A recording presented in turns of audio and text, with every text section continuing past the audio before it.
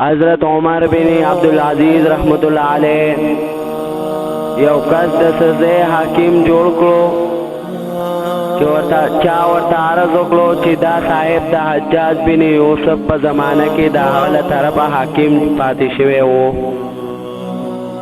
عمر بن عبدالعزیز رحمتullah علیه هغه لرې کړو د هغه ځای نه عرض وکړو چې ما خو حجاج بن یوسف سره لږ زمانہ کې کار کړی وو.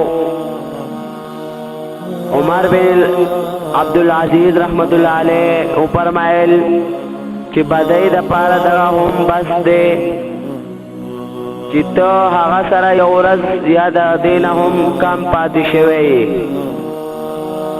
مطلب دا دی چې ور سره پاتې کېدو سره مطلب دا دی چې ور سره پاتې کېدو اثر ضرور کیږي. څوک چې متقیانو سره اوسي په هغه باندې زبردست غیر محسوسي طریقې سره تقوا اثر کیږي او څوک چې بد عملو سره اوسي په هغه باندې د بد عمل اثر کیږي. په دې وجه د بد مجلس نه منع کولی شي. بنیادم خو پرېږده چې د ځناور سره د اوسېدو اثر هم پرېوځي.